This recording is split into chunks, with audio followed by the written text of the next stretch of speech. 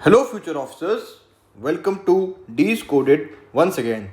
I hope all of you are doing very well and your studies are going fine. अब आपको कुछ नहीं करना है, आप लोग क्या करें कि PYQ की थीम्स के बेसिस पे GS के पेपर्स और CSET के पेपर को सॉल्व करते रहें और भी नए नए क्वेश्चंस को सॉल्व करें.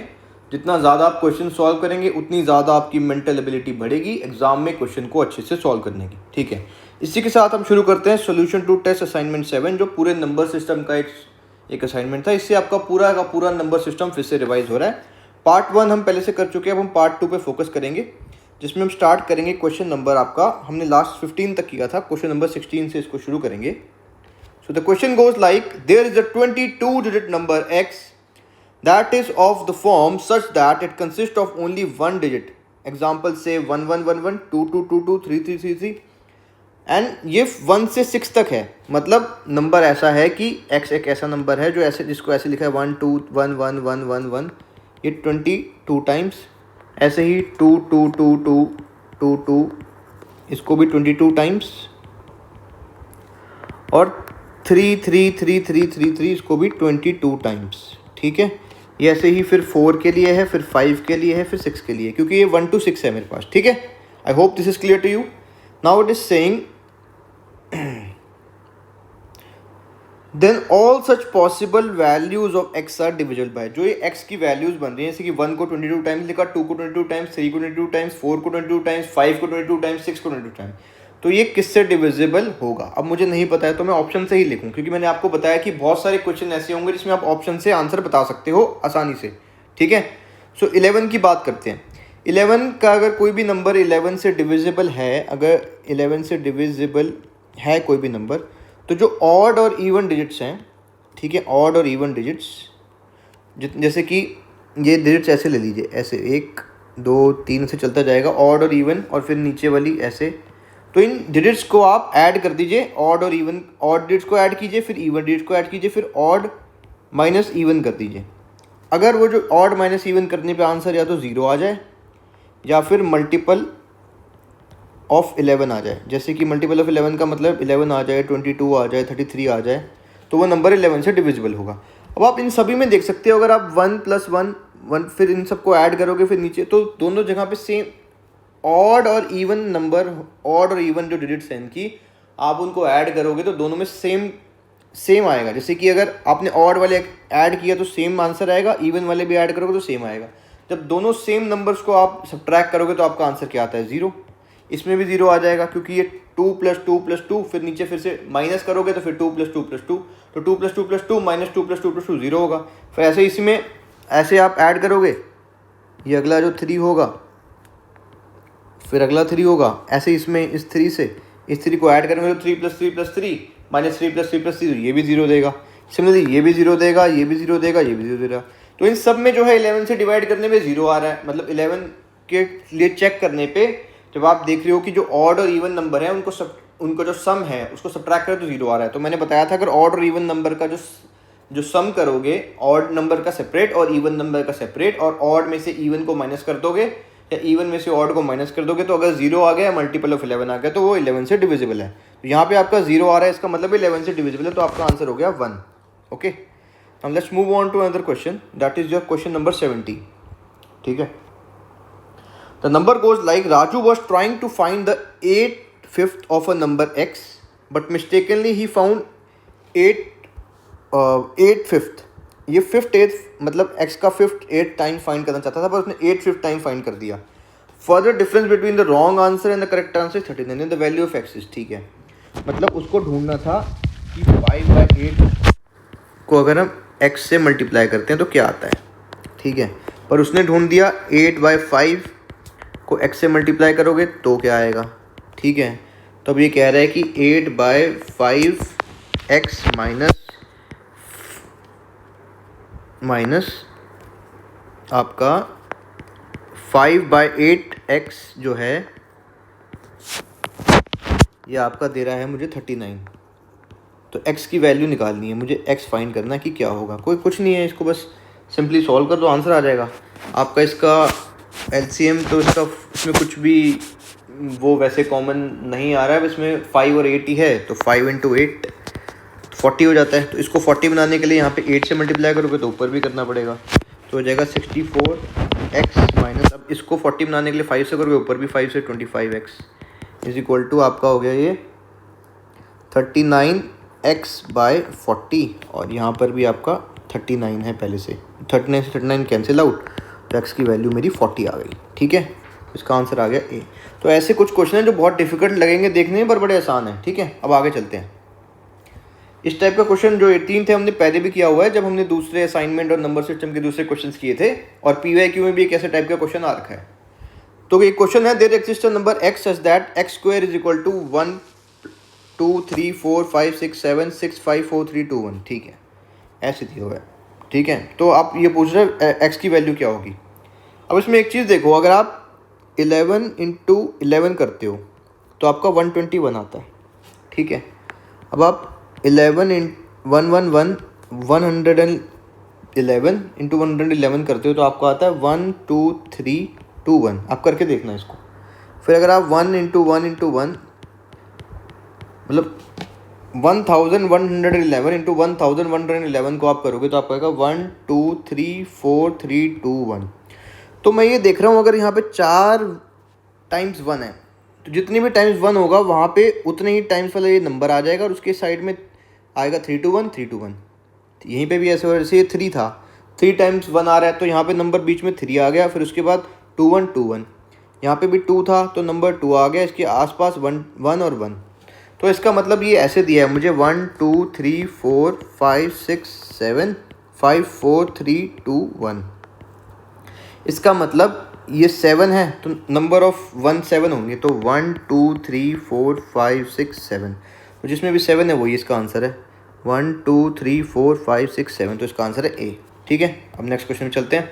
आई hope this question is clear to you. Now the next question is question number आपका 19 है। Next question, okay, it goes like there exist x is equal to 2 to the power n such that x is a prime number less than 5000, then the number of possible values of x is, okay। ठीक है, अब देखो कोई भी number अगर है 2 to the power n की type का, तो मतलब आप 2 की पावर 1 दे दो, n को 1 मान लो तो 2 आएगा, n को 2 मान लोगे तो 4 आएगा, n को 3 मान लोगे तो क्या आएगा 8 आएगा, n को 5 मान लोगे तो क्या आएगा 4 मानोगे तो 16 आ जाएगा। तो इसका मतलब ये 2 to the power n वाले जितने भी नंबर हैं ये सारे इवन नंबर हो रहे हैं क्योंकि ये 2 से सारे डिविजिबल हैं। अब ये 2 to the power n minus 1 है। अब 2 to the power n minus 1 करके देखो क्या, जैसे कि ऊपर ही 2 था, 2 to the power n minus 1, 4 minus 1, 8 minus 1, 16 minus 1, आगे तक जा रहा है। तो ये आपका बन जाता है 1 3, ठीक है, 7 और 15। आप देख रहे हो सारे ऑड नंबर हैं, ऑड हैं सारे क्योंकि 2 से डिविजिबल नहीं है। तो 2 to the power n minus 1 वाले जितने भी नंबर हैं वो सारे ऑड नंबर होंगे, पहली बात। अब आगे चलते हैं। There exist x is equal to 2 to the power n minus 1 such that x is a prime number. अब ये कहता है कि ये 2 to the power n वाले जितने भी नंबर हैं सब प्राइम है। तो मेरे को पता ये ऑड भी थे पहले से ही, तो ये ऑड प्राइम है। तो जितने भी अब 2 to the power n minus 1 वाले जितने भी नंबर्स हैं ऑड प्राइम वो कंसिडर करने हैं हमें, जो कि लेस देन होंगे आपके 5000। तो बस आप चेक कर लो कि ऐसे कौन से ऑड प्राइम नंबर्स हैं जो लेस देन 5000 है। ठीक है, प्राइम नंबर का मतलब पता ही है, जिसका सिर्फ 2 ही फैक्टर होते हैं वो नंबर खुद, जैसे कोई नंबर p प्राइम है तो उसका खुद फैक्टर होगा और 1 फैक्टर होगा। जैसे कि 3 एक प्राइम नंबर है, वो ऑड प्राइम है, 3 × 1 होगा। ठीक है, तो अब ऑड प्राइम नंबर हमने चेक करने हैं जो कि 5000 से नीचे हो। तो कौन कौन से होंगे, तो 3 हो जाएगा पहले, फिर 7 हो जाएगा, फिर आपका हो जाता है 31, फिर 127। तो आप देखोगे कि इन 4 नंबर के अलावा कोई भी ऐसा और ऑड प्राइम नंबर, ये सब ऑड प्राइम नंबर हैं। देखिए ऑड तो है ही, ये 3 ऑड है क्योंकि 2 से डिविजिबल नहीं है, 3 × 1 ही लिख सकते हो इसे। ये 7 है, 2 से डिविजिबल नहीं है। ये 31 है, ये भी 2 से डिविजिबल नहीं है, तो ये ऑड है, 3 × 1 ये भी प्राइम है।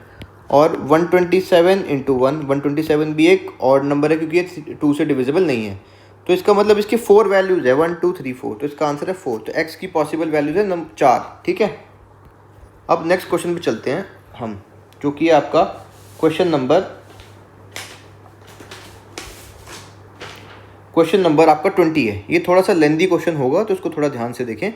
Late there exist a number x y, 3 number x y z, y is as much lesser than Z.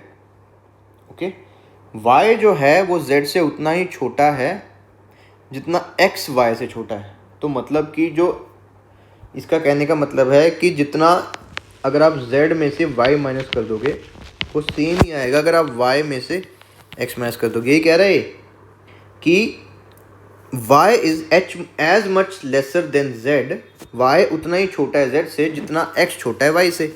मतलब x माइनस वाई जो आएगा वो y माइनस एक्स के इक्वल है। ठीक है, यही कह रहे हैं। ठीक है, आपके पास ये आ गया तो आप यहाँ पे लिख सकते हो, इस y को उधर ले जाओ तो z plus x is equal to आपका 2y हो गया। ठीक है, हो गया। या फिर y इज इक्वल टू आपका आ गया x plus Z divided by 2। मतलब कि ये इसका वो है एवरेज हो गया, y हो गया एवरेज x प्लस एक्स और z का। ठीक है, एवरेज में एवरेज हो गया ये। अब आगे कहता है कि if the product two smaller number, सबसे छोटा तो हमारे पास x ही है, उससे बड़ा y है, पता लग गया ऊपर से वो, तो x into y is equal to आपका 85 है। And product of two larger number is 115। x से बड़ा y है, फिर उससे बड़ा है आपका z, तो ये आपका हो जाएगा 115। आपके पास ये चीज़ें आ गई अब। ठीक है, यहाँ पे तो अब मुझे कुछ नहीं करना है, मैं इसमें क्या करूँगा कि बस वैल्यूज़ पुट कर दूँगा। ठीक है, अब x की वैल्यू आपके पास आ जाती है 85 बाय y और z की वैल्यू आती है 115 बाय y। अब मैं जो ये मेरे पास इक्वेशन आई है, इक्वेशन नंबर 1, यहाँ पर इसमें मैं x और z की वैल्यू डाल दूँगा बस। y इज इक्वल टू आपका हो जाएगा, x की वैल्यू डालोगे 85 divided by y plus 115 divided bye y divided by 2। ठीक है, ये होगा। अब दोनों का LCM तो y हो जाएगा, तो ये आपका हो जाएगा 85 plus 115 divided by 2 into y. ठीक है, तो आपका ये बन जाता है अब कि y स्क्वायर, ये y इधर चले जाएगा तो y into y is y square is equal to, अब ये आपका बन रहा है 115 plus 5 120 plus 80 is 200 divided by 2, जो आपकी आपका हो गया 100। तो आपका हो गया y square is equal to आपका 100 हो गया। तो इससे आपका y इज इक्वल टू आ जाएगा प्लस माइनस 10। ठीक है, पर y की पॉजिटिव वैल्यू लेनी है। जब भी अगर आप ऐसे आपको कोई नंबर मिले कि y square is equal to 100 है, तो आप इसको ऐसे लिख सकते हो y square is equal to 10 का स्क्वायर। और जब भी ऐसे कोई स्क्वायर होता है तो हम उसको ऐसे लिख सकते हैं अंडर रूट 10 स्क्वायर बाय 2। उसमें फिर दो वैल्यू आती हैं, एक पॉजिटिव एक नेगेटिव, तो y is equal two plus minus 10 इसलिए लिखते हैं, पर हम यहाँ पे y की वैल्यू पॉजिटिव ही लेंगे जो कि है प्लस 10। तो y इज इक्वल टू 10 आपका आ गया।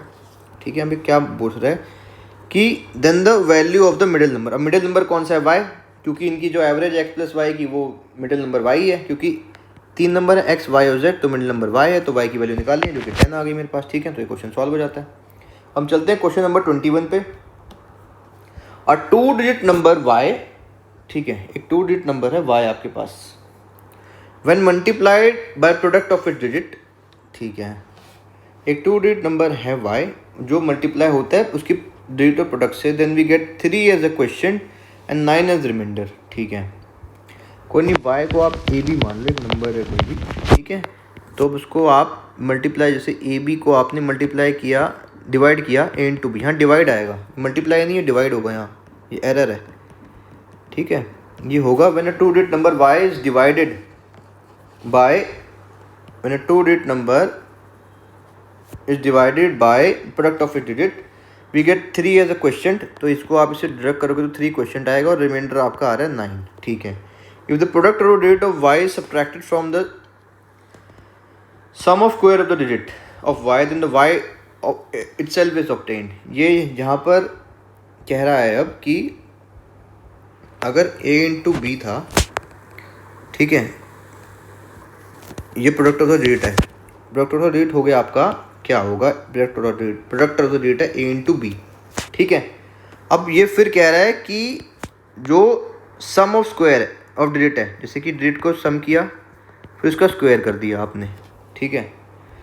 अगर a प्लस बी का स्क्वायर करके आप इसमें से a minus b, a into b को माइनस कर दोगे तो आपके पास फिर से y आ जाएगा जो कि है ए बी, ठीक है।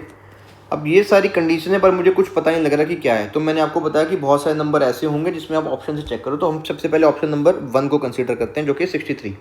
तो पहला हो गया y इज इक्वल टू 63 मान लो आप। तो पहली कंडीशन देखो 63 नंबर है, अब आप इसको 6 इंटू 3 करो 18, तो 63 डिवाइड बाई 18, तो इसमें क्वेश्चन आ रहा है आपका 3। अब देखो डिवाइड करके देखो 63 18 से करो तो आपका आ जाएगा 3 टाइम्स 54 और ये आपका 9 आ गया, ठीक है। तो यहाँ पे क्वेश्चन 3 आ रहा है और आपका रिमाइंडर 9 आ रहा है, तो पहली कंडीशन सेटिस्फाई हो जा रही है मेरी। अब मैं ये वाली कंडीशन सेटिस्फाई करके देखता हूँ कि अगर जो डिजिट का प्रोडक्ट सम है तो 6 प्लस 3, डिजिट एक 6 है एक 3 है, इसका स्क्वायर करके माइनस अगर मैं 6 इंटू 3 करता हूँ तो क्या मेरे पास 63 आ जाता है कि नहीं, ये चेक करना होगा मुझे।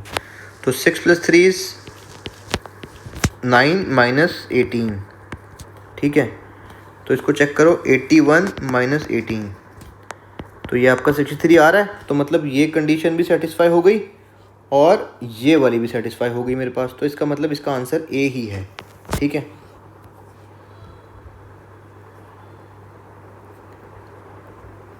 इसको यहाँ पे ये करना है आपको कि ये थोड़ा ये आपका टाइपिंग एरर हो गया है। यहाँ पे आप क्या आएगा कि डिजिट का जो सम है, ठीक है, सम ऑफ डिजिट का जो स्क्वायर है वो होगा ये, ठीक है। जो इसकी जैसे कि सब डिजिट एक ए होगी एक बी होगी, 6 और 3 उनका जो सम है उसका स्क्वायर है ये, ठीक है। यहाँ पे एक एरर था, इसको ठीक करना है आपने। अब आपके पास नेक्स्ट क्वेश्चन आ जाता है, there is a 3 digit number such that the ratio of the number to the sum of the digit is maximum, ठीक है। एक 3 डिजिट नंबर है जिसके अंदर sum of the digit is maximum, then number ratio जो है sum of the digits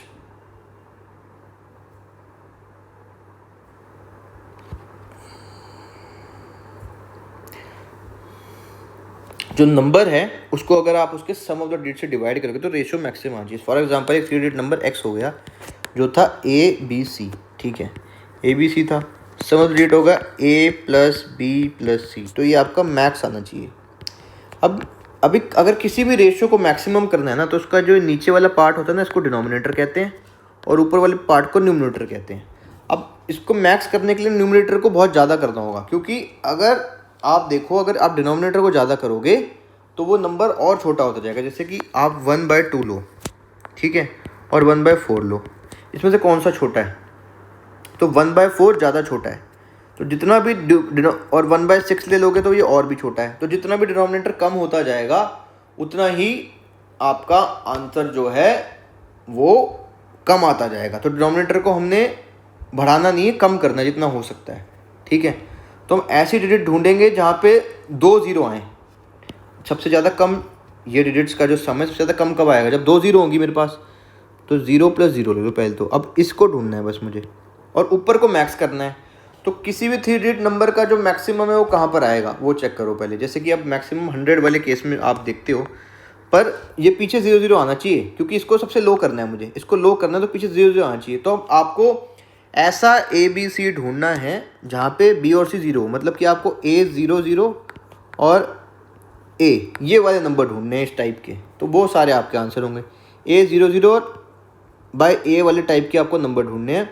तो इसमें आप देख लो कि ये ए से ये कैंसिल, तो यहाँ 1 आ जाएगा। तो जिसमें भी आपका रेशो 100 आएगा ना वो मैक्सिमम होंगे। तो अब इन सब में से कौन कौन से इनका 100 रेशो आ सकता है? आपका आ सकता है 100/1 + 0 + 0, 200/2 + 0 + 0, 300/3 + 0 + 0, 400/4 + 0 + 0, ठीक। आपका 500/5 + 0 + 0, 600/6 + 0 + 0 और 700/6 7 प्लस ज़ीरो और लिख लो, फिर 800 अपॉन और 8 प्लस ज़ीरो और 900 अपॉन 9 प्लस ज़ीरो।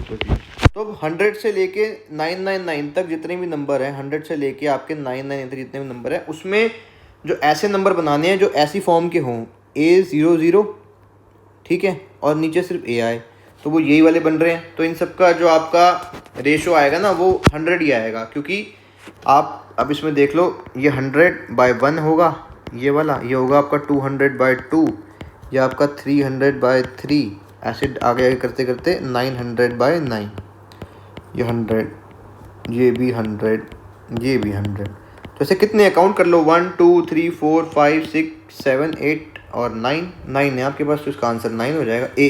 इसका आंसर है A. Okay, now will move on to next question that goes like कि what is the remainder when 201 into 202 into 203 into 204 into 246 into 247 into 248 into 249 का square is divided bye 100। ठीक है, अब ये थोड़ा सा आपको लगेगा कि बहुत ज़्यादा डिफ़िकल्ट बन जा रहा है क्वेश्चन, पर इसमें ऐसा कुछ नहीं है।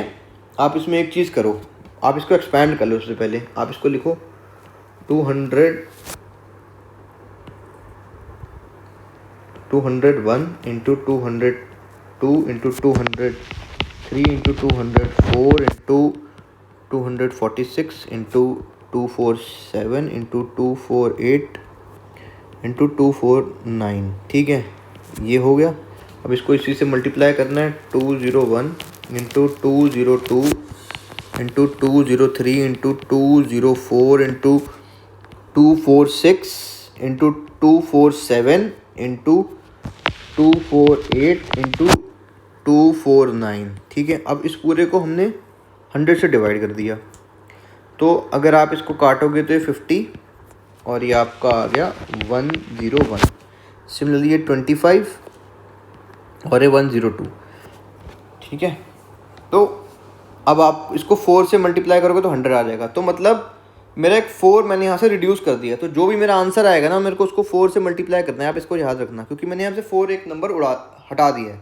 ठीक है, अब हम कुछ नहीं करेंगे। हमने पढ़ा हुआ है कि जैसे अगर मल्टीप्लिकेशन में ऐसे ऊपर दिया हुआ है और जिससे भी डिवाइड हो है तो इंडिविजुअल रिमाइंडर निकालो जितने भी नंबर मल्टीप्लिकेशन में है।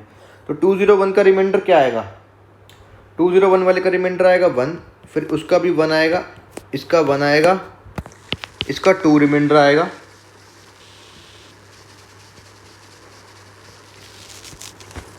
इसका 1 2, इसका आपका 3 रिमाइंडर। एक मिनट रुको, दोबारा से करते हैं। एक ये कंसेप्ट है, आपने अगर नहीं पढ़ा है तो आप डिविजिबिलिटी रूल या रिमाइंडर वाले में पढ़ें कि जैसे अगर कोई भी नंबर मल्टीप्लिकेशन में दिए हैं और नीचे किसी नंबर से डिवाइड किया और रिमाइंडर पूछा है, तो कुछ मत करो, उस नंबर को जो इंडिविजुअल नंबर हैं उनसे डिवाइड करके रिमाइंडर आता है उनको लिख के मल्टीप्लाई करते रहो, तो वही रिमाइंडर होगा आपका। तो इस वाले में आपका रिमाइंडर 1 आएगा, इसमें भी 1 आएगा, इसमें आएगा आपका 3, इसमें आपका आएगा क्या 2 आएगा, इसमें आपका अब ये 250, ये आपका 250 बन जाता है यहाँ पे।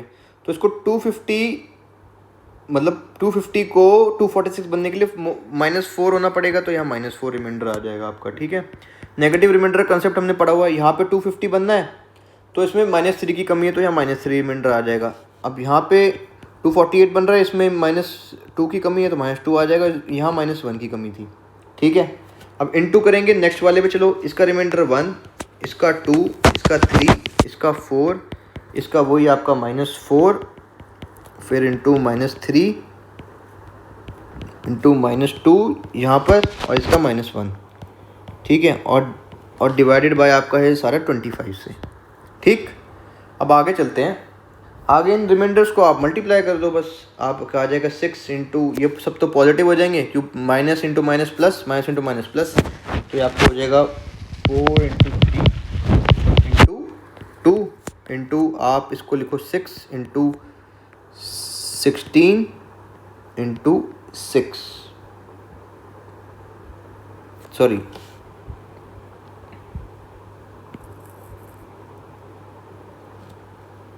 ये आपका आ जाएगा 6 6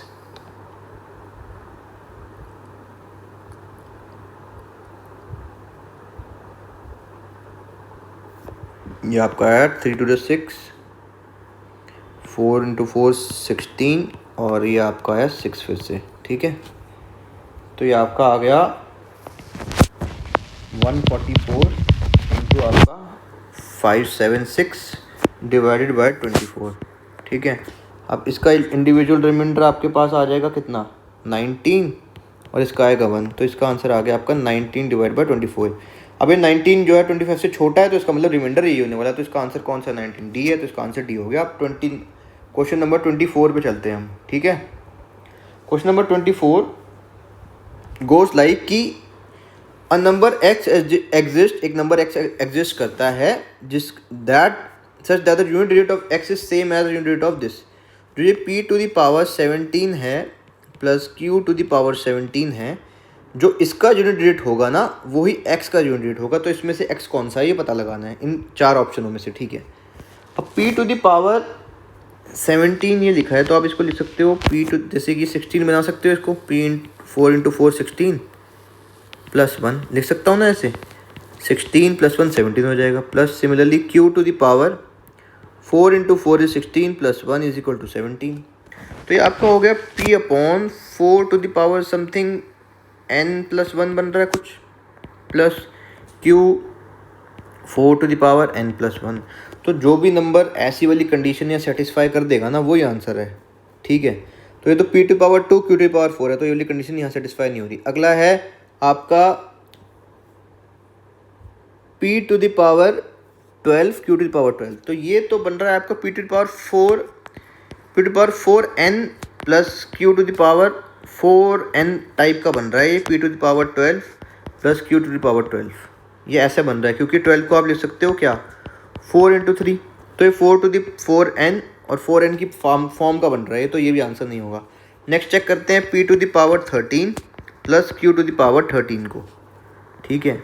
आप इसको लिख सकते हो 4 इंटू 3 प्लस 1, बिल्कुल लिख सकते हो, और q को लिख सकते हो 4 इंटू 3 प्लस 1, तो ये आपका 4 इंटू 3 12 और 1 13, ये भी एक फॉर्म बन गई p टू द पावर ये 4 ये n प्लस 1 की, और q टू द पावर 4 ये n प्लस 1 की। तो ये और ये नंबर एक सेम टाइप की इक्वेशन में फॉर्म हो पा रहे हैं, मतलब सिंप्लीफाई हो पा रहे हैं, मतलब कि इन दोनों का यूनिट डिजिट बिल्कुल सेम ही आएगा।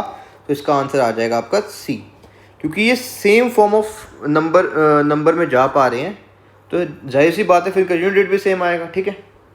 अब आप चलते हैं क्वेश्चन नंबर 25 पे। क्वेश्चन नंबर 25 को हम लास्ट में करेंगे क्योंकि ये थोड़ा सा बड़ा क्वेश्चन है, और अगर आप चाहते हैं तो हम अभी भी इसको देख सकते हैं। If you guys want we can still do it right now also, so we can go for question number 25 first. It would be a very long question actually, okay.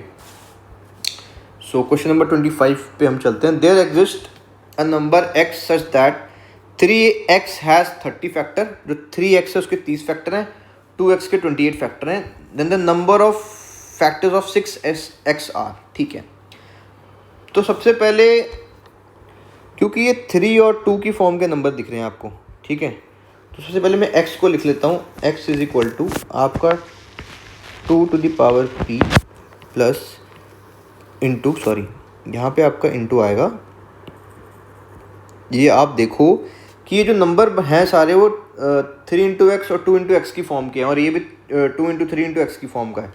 तो इसका मतलब x को आप रिप्रेजेंट कर सकते हो 2 और 3 के फैक्टर्स की फॉर्म में, 2 to the power p plus नहीं मल्टीप्लाई होगा, ये multiply 3 to the power q, ठीक है, ये ऐसे लिख सकते हो।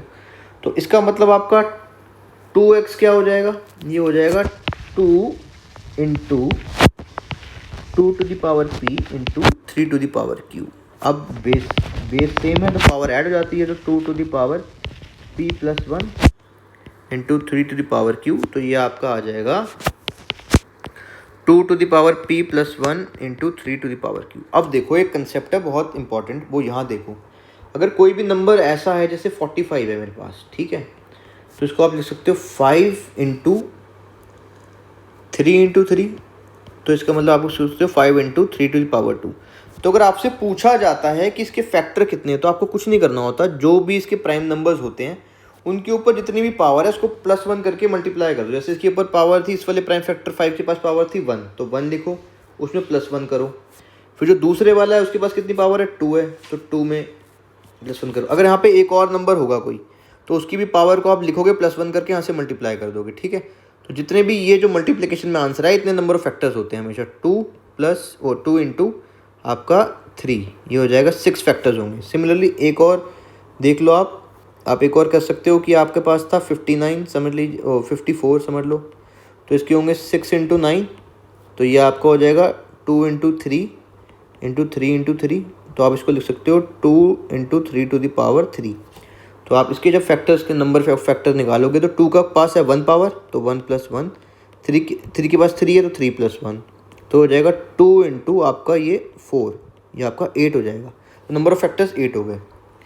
तो अब इसमें क्या होगा कि मेरे पास दिया है कि 2x के पास 28 फैक्टर हैं, तो मैं इसको 2x यहाँ था, 2x से ये 2x को मैंने सिंप्लीफाई कर लिया, तो 2x के फैक्टर हो जाएंगे 28 इज इक्वल टू फैक्टर्स हैं।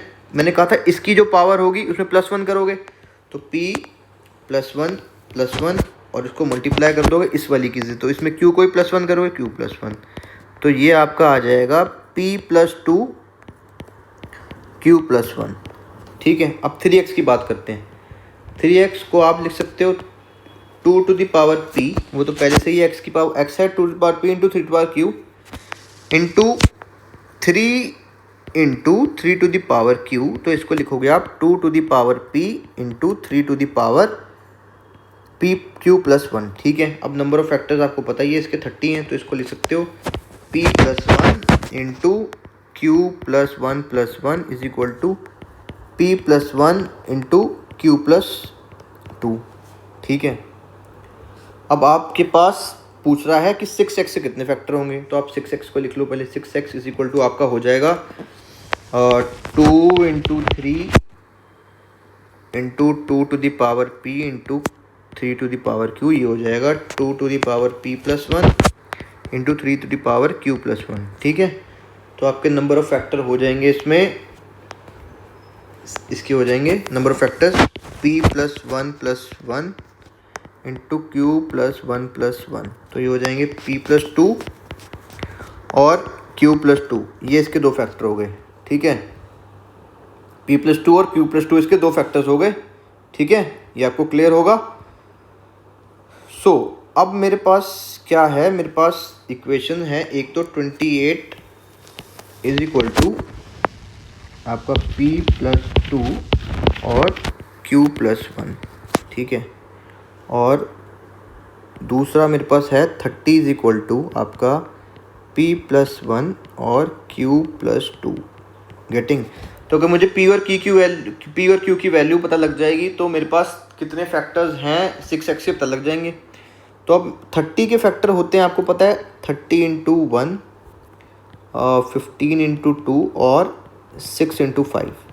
सिमिलरली 28 के फैक्टर होंगे 28 इंटू 1, आपके फिर होंगे ये 4 इंटू 7 और 14 इंटू 2, ठीक है। 14 2 भी 28 होता है। तो अब यहाँ पे इनमें से डाल के इसको सेटिस्फाई करनी है, तो आप देख पाओगे कि मैं इसको आराम से ये बना सकता हूँ 4 यहाँ पे। तो अगर मैं p को 2 ले लूँ,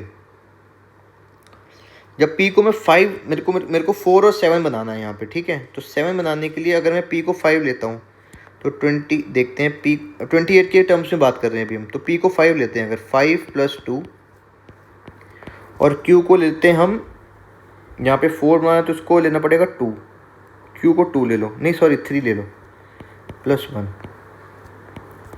तो ये आपका होगा 7 इंटू 4। तो मैंने p को लिया इज इक्वल टू 5 और q को लिया इज इक्वल टू 3, तो मेरा यहाँ बन गया। अब अगर ये p और q की वैल्यू यहाँ डाल के देख लेते हैं, अगर 30 भी सेटिस्फाई होगा तो मेरी p की वैल्यू 5 आ जाएगी और q की 3 आ जाएगी, ठीक है।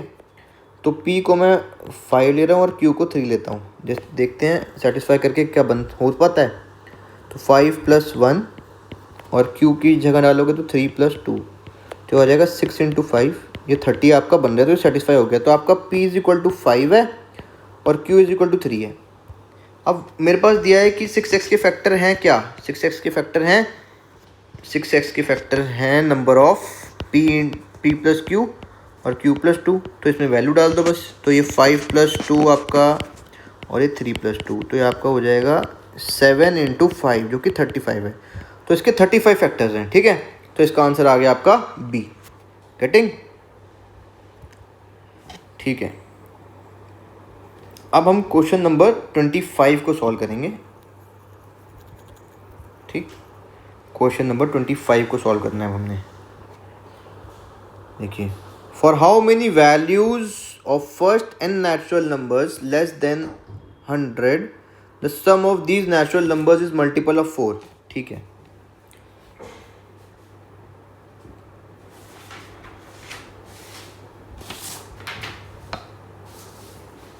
अब ये क्वेश्चन कहता है कि for how many values of first n natural numbers less than 100 the sum of these natural numbers is multiple of 4।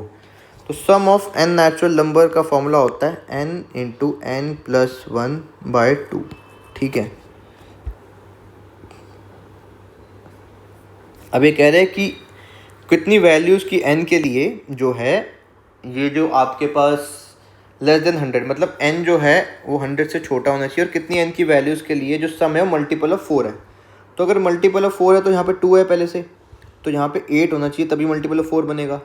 ठीक है, तो इसका मतलब n × n+1 जो है ना ये होना चाहिए मल्टीपल ऑफ 8।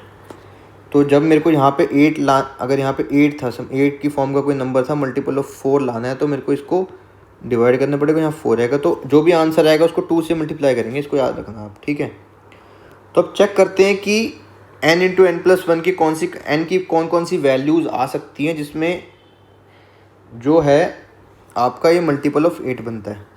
तो अब वैल्यूज चेक करोगे तो आपके पास आएगी 7, 8, 15, 16, 23, 24, 31, 32 और आपका 95, 96। ठीक है, और एक और वैल्यू आएगी 40 और 41। चेक करते हैं कितनी वैल्यू है। 1, 2, 3, 4, 5, 6, 7, 8, 9, 10। 1, 2, 3, 4, 5, 6, 7, 8, 9, 10, 11, 12। ये 12 वैल्यूज़ आ गई आपके पास। मैंने कहा था जो भी फाइनल आंसर आएगा ना n की जितनी भी वैल्यूज़ हैं, ठीक है, n की जितनी भी वैल्यूज़ हैं उस जो भी फाइनल आंसर आएगा उसको 2 से मल्टीप्लाई करना पड़ेगा, क्योंकि यहाँ पे हमने मल्टीपल ऑफ 8 था तो 4 मल्टीपल ऑफ 4 बनाने के लिए यहाँ पे 8 लेना पड़ेगा ऊपर। तो 2 को डिवाइड तो 8 को 2 से डिवाइड करेंगे तो 2 मतलब हमारा गायब हो रहा है, तो उस 2 को यहाँ पे मल्टीप्लाई करके लाना पड़ेगा वापस। तो ये 24 आंसर आता है, इसका आपका आंसर है बी 24। हम चलते हैं पैसेजेस पे। ठीक है, जो है क्वेश्चन नंबर आपका 27, पहले पैसेज देखें उसके बाद उसको सॉल्व करेंगे। तो question goes like, direction for 3 items, read the following 3 passages and answer the items that follow the passages. Your answer to these items should be based on passage only. Passage number 1 है आपके पास। There is a claim that organic farming is inherently safer and healthier. ऐसा कहा जाता है कि एक claim है कि ऑर्गेनिक फार्मिंग बहुत हेल्दी और सेफर है। The reality is that because the organic farm industry is still young and not well regulated in India, farmers and consumers alike are not only confused about what products are best for them but sometimes use products in ways that could harm them as well. ठीक है, अभी क्योंकि market ना बहुत ज़्यादा develop नहीं हुई है तो फार्मर और कंज्यूमर जो हैं दोनों एंड अप कर देते हैं ऐसे प्रोडक्ट्स को बनाने और यूज़ करने में जो उनको अच्छा करने की बजाय उनको हार्म भी कर सकता है। For example, since organic fertilisers are difficult to obtain on large scale in India, farmer often use farmyard manure, ठीक है, which may contain toxic chemicals and heavy metal। ठीक है, ऑर्गेनिक फर्टिलाइजर जो है वो ऑब्टेन करना लार्ज क्वांटिटी में difficult है, तो फार्मर क्या करते हैं कि एंड अप मतलब वो फार्म लैंड की जो मैन्योर है उसको यूज़ कर सकते हैं जिसके अंदर टॉक्सिक केमिकल और हेवी मेटल्स हो सकते हैं। Certain plant spray such as datura flower and leaves spray have an element called atropine. If it is applied in the right dose, it can act on the nerve. If it is not applied on the right dose, it can act on the nervous system of the consumer. Unfortunately, how much and when to use it are not well researched or regulated. ठीक है, एक flower का spray है, एक leave spray है, तो मतलब इसको ऑर्गेनिक ही क्या होगा क्योंकि उसमें तो आप फ्लावर और लीव का यूज़ कर रहे हो। तो अगर इसका राइट डोज में ना यूज़ किया जाए तो नर्वस सिस्टम पे इफेक्ट कर सकता है। और हमें अब ये नहीं पता है एक्चुअली कि कितना यूज़ करना है और कितना नहीं करना है। इसके ऊपर कोई रिसर्च भी नहीं है अच्छे से और ना ही इसका कोई रेगुलेशन है, ठीक है। तो अब चलते हैं हम इसके ऊपर, दोबारा से पढ़ लेते हैं एक बारी फिर से पैसेज को। There is a claim that organic farming it is inherently healthy and safer. एक क्लेम है कि ऑर्गेनिक फार्मिंग जो है, ठीक है, स्टार्टिंग से ही हेल्दी और सेफ है। The reality is that because the organic farm industry is still young and not well regulated. India में ऑर्गेनिक फार्म इंडस्ट्री जो है यंग है और रेगुलेटेड भी नहीं है, तो फार्मर और कंज्यूमर दोनों ही कंफ्यूज हैं अबाउट व्हाट प्रोडक्ट्स, उनके लिए कौन से प्रोडक्ट अच्छे हैं बस। पर सब कभी कभार प्रोडक्ट्स को ऐसे भी यूज़ कर लेते हैं कि वो उनको बेनिफिट करने की जगह हार्म कर देते हैं। For example this organic fertiliser difficult to obtain, जैसे कि एग्जांपल के तौर पे ऑर्गेनिक फर्टिलाइज़र जो है उसको प्राप्त करना मुश्किल होता है, तो फार्मर क्या करता है, जो उसकी फार्म यार्ड की मैन्योर है उसी को यूज़ कर लेता है, जिसके अंदर टॉक्सिक केमिकल और हैवी मेटल हो सकते हैं। फर्दर ये बात करता है कि जो प्लांट स्प्रे होते हैं कुछ, जैसे कि धतूरा फ्लावर और लीफ स्प्रे, अब इनको ऑर्गेनिक ही कंसीडर करोगे क्योंकि ये फ्लावर और प्लांट से बने हैं।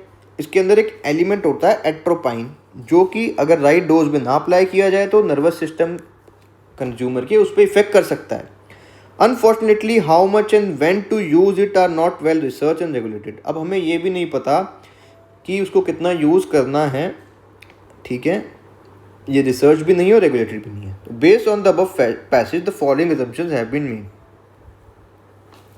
Organic farming is inherently unsafe for both farmers and consumer. ऐसा कहीं नहीं लिखा इसमें, ऐसा कहीं नहीं है। ये कह रहा है कि वो कभी कभी हो सकता है कि ऐसा हो जाए, पर इनहेरेंटली तो ऐसा कहीं नहीं कह रहा कि वो दोनों के लिए अनसेफ ही है। Farmers and consumers need to be educated about eco friendly food. हाँ, अभी तक क्या है इसमें, ये कह रहा है कि अभी तक इंडिया के अंदर जो है ना, ये इंडस्ट्री यंग है और इसके अंदर रेगुलेशन भी नहीं है, तो फार्मर्स और कंज्यूमर को ढंग से अभी भी नहीं पता है। तो इसका मतलब ये वाली बात बिल्कुल सही है कि फार्मर्स और कंज्यूमर्स को हमने एजुकेट करना पड़ेगा इको फ्रेंडली फूड के बारे में। तो फर्स्ट तो रॉन्ग है, तो ये कर जाएगा, और सेकंड सही है, तो इसका आंसर है बी आपका। तो आपका 27 का आंसर बी हो गया। अब सेकंड पे चलते हैं हम 28 पे। Which one of the following statement best reflects the most logical, rational, practical message conveyed about the author of the passage? Conveyed by the author of the passage. इसमें से कौन सा जो है most logical, rational, practical message है जो author इस passage से देना चाहता है? In India organic farming should not be promoted as a substitute for conventional farming. ऐसा वो कहीं भी नहीं कह रहा है कि इंडिया में प्रमोट ही मत करो। वो ये कह रहा है कि इंडिया में भी यंग है और ठीक से रेगुलेटेड नहीं है, जानकारी कम है अभी। There are no safe organic alternatives to chemical fertilizer. ऐसा भी नहीं कह रहा है, उसने बस ये कहा कि जो ऑर्गेनिक फर्टिलाइज़र हैं वो उनकी जो अवेलेबिलिटी है वो बहुत ज़्यादा अमाउंट में कम है, तो फार्मर कभी कभी क्या करता है, अपनी फार्म लैंड का मैन्यूर यूज़ करता है जिसके अंदर केमिकल और हैवी मेटल हो सकते हैं, तो ये भी गलत है। In India farmers need to be guided and help to make their organic farming sustainable. तो ये थोड़ा सही लग रहा है क्योंकि इंडिया में अभी तक फार्मर्स को पता नहीं है कुछ ज़्यादा, क्योंकि यंग इंडस्ट्री है और रेगुलेटेड भी कम है, तो गाइड करना चाहिए बिल्कुल। The aim of organic farming should not be to generate huge profit as still there is no global market for its product. ऐसा कुछ नहीं, मार्केट के बारे में तो कोई बात ही नहीं करी इसने, तो ये तो आ ही नहीं सकता। तो इसका आंसर हो गया आपका सी। तो इसका आंसर है C28 का, ठीक है। आप समझ रहे हैं, आपको पैसेज को ऐसे ही करना है कि उस पैसेज के अंदर का क्रक्स निकालना शुरू करो आप खुद अपने आप पढ़ते पढ़ते, ठीक है। फिर जब आप उसके नीचे के क्वेश्चंस को पढ़ना शुरू करेंगे तो आपके पास उसमें ये देखते जाओ कि जो पैसेज पढ़ने के बाद जो चीज़ें आपको पता लगी, क्या वो जो पूछी गई हैं स्टेटमेंट्स क्वेश्चन में, क्या वो उनमें सेटिस्फाई हो रही हैं। जैसे इसमें ये कहीं भी इसने नहीं कहा कि ऑर्गेनिक फार्मिंग अनसेफ है फार्मर और कंज्यूमर के लिए। ये तो यहाँ पे सिर्फ ये कह रहा है कि क्योंकि प्रॉपर गाइडेंस नहीं है क्या चीज़ यूज़ करनी है क्या नहीं यूज़ करनी है, तो कभी कभी ऐसी चीज़ों को भी यूज़ किया जा सकता है। जैसे कि आप फॉर एग्जांपल धतूरा फ्लावर को यूज़ कर लें और राइट अमाउंट में ना करें तो आपको हेल्थ को प्रॉब्लम कर देगा। तो ये कहना चाहता है कि गाइडेड होना चाहिए वो, ठीक है। तो जो चीज़ें इसमें नहीं दी गई हैं उनको आप क्रॉस करते जाओ, आपका आंसर निकल जाएगा ऑटोमेटिकली, इसमें कोई बहुत बड़ी बात नहीं है। अब सेकेंड पैसेज पे चलो। गुड कॉर्पोरेट गवर्नेंस स्ट्रक्चर, ठीक है, encourage companies to provide accountability and control. जो अच्छे कॉर्पोरेट गवर्नेंस स्ट्रक्चर हैं वो एनकरेज करते हैं कंपनी को प्रोवाइड करने के लिए अकाउंटेबिलिटी और control. A fundamental reason why corporate governance has moved on to economic and political agenda world wide has been the rapid growth in international capital market. एक फंडामेंटल रीजन जिसकी वजह से corporate जो governance है वो move कर गई economic और पॉलिटिकल एजेंडा में वर्ल्ड वाइड, इसलिए क्योंकि इंटरनेशनल कैपिटल मार्केट बहुत ग्रो हो गया है। Effective corporate governance enhances access to external financing by firms leading to greater investment, higher growth, employment. ठीक है, अच्छी जो इफेक्टिव कॉर्पोरेट गवर्नेंस है वो एनहांस करती है access to external finance, enhance करती है जो एक्सटर्नल फाइनेंस चाहिए फर्म को। उससे क्या होता है, इन्वेस्टमेंट बढ़ती है, ग्रोथ बढ़ती है और एम्प्लॉयमेंट भी बढ़ती है। Investors look to place their funds where standards of disclosure of timely and accurate financial reporting and of equal treatment to all stakeholders are met. Investor जो है ना वो अपने फंड वहाँ डालना चाहते हैं जहाँ डिस्क्लोजर स्टैंडर्ड हो, टाइमली हो और फाइनेंशियल रिपोर्टिंग ठीक से की जा रही हो हमेशा, और सभी स्टेक होल्डर्स को इक्वल ट्रीटमेंट मिले, मतलब कोई भेदभाव ना हो। तो अब ये कहता है which of the following statement best reflect the logical inference from the passage above. It is an important agenda of the countries around the world to ensure access to good external financing. नहीं, ऐसा तो ये कहीं नहीं कह रहा कि ये एक एजेंडा है, ऐसा कहीं नहीं कह रहा ये। ठीक है,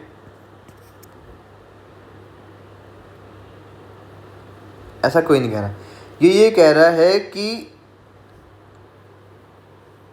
जो वर्ल्ड ओवर जो है ना कॉर्पोरेट गवर्नेंस इकोनॉमिक और पॉलिटिकल एजेंडा में मूव करी है क्योंकि रैपिड ग्रोथ हुआ है इंटरनेशनल कैपिटल मार्केट का, और जो इफेक्टिव कॉर्पोरेट गवर्नेंस है वो एनहांस करता है फाइनेंसिंग को। ठीक है, क्योंकि जब कॉर्पोरेट गवर्नेंस बहुत अच्छी होगी तो जो कंपनी का स्ट्रक्चर है वो बहुत अच्छा होगा, मतलब सब पार्शियलिटी बिल्कुल भी नहीं होगी कंपनी में, ट्रांसपेरेंसी होगी, तो जिससे कि इन्वेस्टमेंट आराम से ज़्यादा आ पाएगी क्योंकि ट्रस्ट बनेगा। तो अब सेकंड की बात करते हैं। Good corporate governance improve credibility of firm. बिल्कुल, क्योंकि यहाँ पे ये कह रहा है कि अगर जो इफेक्टिव कॉर्पोरेट गवर्नेंस है वो एनहांस करता है external financing of firm leading to great investment, higher government growth and employment. Investor जो है ना जब अपना फंड डालते हैं तो वो देखते हैं कि जो डिस्क्लोजर ऑफ स्टैंडर्ड है वो अच्छा हो, टाइमली हो और एक्यूरेट हो रिपोर्टिंग फाइनेंशियल की। तो कॉर्पोरेट गवर्नेंस मतलब अच्छा हो रहा है, तो इसका मतलब क्रेडिबिलिटी बढ़ेगी फर्म की। जिस फर्म का कॉर्पोरेट गवर्नेंस अच्छा होगा उसमें मतलब स्टैंडर्ड्स होंगे डिस्क्लोजर के, टाइम और एक्यूरेट फाइनेंशियल रिपोर्टिंग होगी और सबको इक्वल, जो सारे स्टेक होल्डर्स हैं उनको इक्वल ट्रीटमेंट मिलेगी। तो इसका मतलब क्रेडिबिलिटी बढ़ रही है फर्म की, तो ये स्टेटमेंट सही हो सकता है। पहले अब आगे की बात करते हैं क्या है। International capital market ensure that the firms maintain good corporate governance. ऐसा कुछ नहीं कह रहा है, कहीं नहीं लिखा कि इंटरनेशनल कैपिटल मार्केट इंश्योर करता है। ये तो बस ये कह रहा है कि जो अच्छा कॉर्पोरेट गवर्नेंस अगर अच्छा होगा तो फंड जो है ना एक्सेस ऑफ फंड वो आराम से हो जाता है। इंटरनेशनल कैपिटल मार्केट इंश्योर नहीं करता है, ऐसा कहीं भी ऐसे इंश्योर नहीं करता। बस ये कह रहा है कि क्योंकि इंटरनेशनल कैपिटल मार्केट ग्रो हो गया है तो जो गुड कॉर्पोरेट गवर्नेंस है वो पॉलिटिकल इकोनॉमिक एजेंडा में भी आ गई है, क्योंकि अच्छी कॉर्पोरेट गवर्नेंस से क्रेडिबिलिटी ऑफ फर्म बढ़ती है तो उससे क्रेडिट ज़्यादा आता है। Good corporate governance paves the way for robust supply chain. ऐसा सप्लाई चेन की तो कोई बात ही नहीं हुई, तो ये तो गलती है। तो इसका आंसर सिर्फ बी होगा आपका। सप्लाई चेन की कोई बात ही नहीं हुई अभी तक एक भी बारी, तो इसको हम ले नहीं सकते। अब आप क्वेश्चन नंबर 30 पे आ जाओ, उसके लिए हमें पैसेज नंबर 3 पढ़ना पड़ेगा। Elephants are landscape architect, clearing the forest, preventing overgrowth of certain plant species, allowing space for regeneration of others, which in turn provides subsistence to other herbivorous animals. ठीक है, elephants क्या होता है, वो landscape का architecture है। Elephant जो है जो लैंडस्केप है उसका आर्किटेक्चर करता है। ये क्या करता है, फॉरेस्ट को बनाता भी है और क्लियर भी कर देता है। प्रिवेंट करता है कुछ प्लांट स्पीशीज़ को ग्रो करने से, ठीक है, जिसकी वजह से जो दूसरी प्लांट की स्पीशीज़ है उनको उगने का मौका मिलता है। ठीक है, और जो दूसरे हर्बीवोरस एनिमल्स हैं उनके लिए भी ये सब्सटेंस का काम करता है। ठीक है, elephants eat plants, fruits and seeds, propagating seeds when they defecate in other places as they travel. मतलब कि ये डिस्पोजल ऑफ सीड में हेल्प करता है, क्योंकि ये एलिफेंट कुछ भी खाता है, जो भी ये खाता है उसके पूप के थ्रू जब वो कहीं भी और जगह जाके पूप करेगा तो वो जो प्लांट का या जो भी वो सीड था वो ज़मीन में गिरेगा तो प्लांट वहाँ उग सकता है। फिर elephants dung provide nourishment to plant and animal. Elephant का जो डंग है वो मैन्योर की तरह काम करता है प्लांट्स और एनिमल्स के लिए। मतलब कुछ प्लांट्स के लिए तो वो डंग का काम करता है मैन्योर का, और कुछ जो एनिमल्स होते हैं वो उसके डंग में रहते भी हैं, जैसे कि beetle. And acts as a breeding ground for insect, जो ब्रीडिंग इंसेक्ट्स के लिए ब्रीडिंग ग्राउंड के लिए भी काम करता है. In times of drought they access water by digging holes which benefit. अब एलिफेंट बहुत पावरफुल एनिमल है, तो जब ड्रॉट आता है तो वो खोल देता है ज़मीन को, जिससे ज़मीन के अंदर का जो पानी है वो ऊपर आ जाता है और बाकी एनिमल्स को भी फ़ायदा होता है उससे. Which of the following statement best reflects the most logical and rational inference that can be drawn from the above passage? The home range of elephant need to be area of rich biodiversity. इसमें elephant की home range और biodiversity, home range के बारे में तो कोई बात नहीं करी कि एलिफेंट की home range needs to be a vast area of rich biodiversity, ऐसा नहीं कह रहे. ये तो बस एलिफेंट का जो एलिफेंट अपना रोल अदा करते थे, जो एलिफेंट का नीच है, मतलब जो एलिफेंट का नीच, मतलब जो नीच का मतलब होता है रोल. एनवायरनमेंट में एक टर्म पढ़ते हैं नीच, तो क्या होता है उसका रोल. तो एलिफेंट का जो रोल है एनवायरनमेंट में वो बता रहा है. एलिफेंट की होम रेंज और बायोडाइवर्सिटी के बारे में कहीं बात नहीं हो रही, तो ये नहीं आ सकता. Elephants are keystone species and they benefit the biodiversity. हाँ, बायोडाइवर्सिटी को बेनिफिट कर रहा है क्योंकि ये मतलब फॉरेस्ट को जनरेट करने में और उसको ग्रोथ को लिमिट करने में भी हेल्प कर रहा है. दूसरे प्लांट्स और एनिमल्स को भी बेनिफिट कर रहा है, तो ये बेनिफिट कर रहा है बायोडाइवर्सिटी को, ये ठीक है आपका. अब आप अगला देखते हैं. Rich biodiversity can not be maintain in a forest without presence of elephant. ऐसा कुछ नहीं है, क्योंकि हर जगह तो एलिफेंट नहीं मौजूद होते. जैसे कि अमेजोन फॉरेस्ट में एलिफेंट नहीं है, फिर भी वहाँ रिच बायोडाइवर्सिटी है, तो ये गलत हो जाएगा. Elephants are capable of regenerating forest with species as per their requirement. नहीं, ऐसा नहीं है कि एलिफेंट अपनी रिक्वायरमेंट के हिसाब से रीजनरेट करते हैं फॉरेस्ट की स्पीशीज़ को, ऐसा कुछ नहीं है. एलिफेंट बस एक बैलेंस मेंटेन करने में हेल्प करता है, ठीक है, कि कोई स्पीशी ज़्यादा ना उग जाए, कोई स्पीशी कम ना हो जाए, तो एक बैलेंस मेंटेन करता है बस एलिफेंट. ऐसा कुछ नहीं करता है जो डी कह रहा है, ठीक है. तो पैसेज में कुछ नहीं है, आप पैसेज को ध्यान से पढ़ो बस, ठीक है. आप पैसेज को ध्यान से पढ़ोगे ना, तो जो जो पॉइंट उसमें नहीं है और वो नीचे जो आपके पास क्वेश्चन है उसमें दिए हुए हैं, तो उन पॉइंट्स को कैंसिल करते जाओ. उसमें से जो पॉइंट बच जाएगा वो है. जैसे इसमें बहुत सारे पॉइंट अजीब से दिए गए, पर ये सिर्फ ये क्या है, ऊपर वाला पैराग्राफ सिर्फ हमें ये बता रहा है कि जो एलिफेंट का रोल है खुद का बायोडाइवर्सिटी के अंदर, ये उसको एक्सप्लेन कर रहा है, ठीक है. तो जो जो रोल वाली चीज़ें एलिफेंट के बारे में ये बता पा रहा है वही सही होगा इसमें आंसर. तो इसमें एक ही हो पा रहा है ये कि एलिफेंट जो है वो बेनिफिट करता है बायोडाइवर्सिटी को, हमें पता लग ही रहा है. और ऐसा भी कहीं नहीं है कि ये ऐसा भी पैराग्राफ नहीं कह रहा कि रिच बायोडाइवर्सिटी एलिफेंट की वजह नहीं हो सकती, ऐसा कुछ नहीं है. और ये कह रहा है कि स्पेसिफिक स्पीशीज़ के को ही एलिफेंट ग्रो करने में मदद करता है, ऐसा नहीं है. ऐसा कहीं भी पैराग्राफ में नहीं है. जो पैराग्राफ में नहीं है उसको मानना ही नहीं है, क्योंकि ये क्वेश्चन खुद ही कहता है कि आपको जो पैसेज में लिखा है उसी को मानना है, ठीक है. आपको और अपना अगर स्किल इंप्रूव करना है ना कंप्रेशन पैसेज का, तो जितने पैसेज हो सकते हैं प्रैक्टिस करते रहिए. मैं आपको रेगुलरली 2 पैसेज तो रोज़ दे ही रहा हूँ, और कभी कभी किसी किसी टेस्ट में 4 to 5 पैसेज देते हैं. हम जनरली यूपीएससी के ही पैसेज करेंगे, और कुछ पैसेज में न्यूज़पेपर में से बनाता हूँ, द हिंदू में से, वो मैं आपको देता हूँ, आप उसको कीजिए. तो आप एक एक्सरसाइज खुद कर सकते हैं. मैंने आपको एक्सरसाइज पहले ही बताई है कि आप रोज़ एक आर्टिकल पढ़ें न्यूज़पेपर में से, और उस आर्टिकल को अपने वर्ड्स में लिखने की कोशिश करें जो आपने पढ़ा है बिना देखे. उससे क्या होगा कि जो भी आप आर्टिकल के अंदर क्रक्स है वो आपको दिमाग में फीड होना शुरू हो जाएगा, और आप उस क्रक्स को बहुत अच्छे से फिर कहीं भी प्रेजेंट कर सकते हो या कहीं भी उसको रिलेट कर सकते हो. बस इस पैराग्राफ में और पैसेज में क्या ही होता है, इस पैसेज में यही होता है कि जो ऊपर आपने पढ़ा उस क्रक्स को आप कितनी आसानी से रिलेट कर पा रहे हो जो पूछा गया है. तो आप उस एक्सरसाइज से वही करोगे कि आप पैसेज पढ़ो कोई भी, या आर्टिकल पढ़ो द हिंदू में, जो भी एडिटोरियल आता है उसको पढ़ो, फिर उसको अपने वर्ड्स में लिखोगे. तो इसका मतलब आपका ब्रेन जो है वो उसको रिप्रोड्यूस कर पा रहा है अपने वर्ड्स में.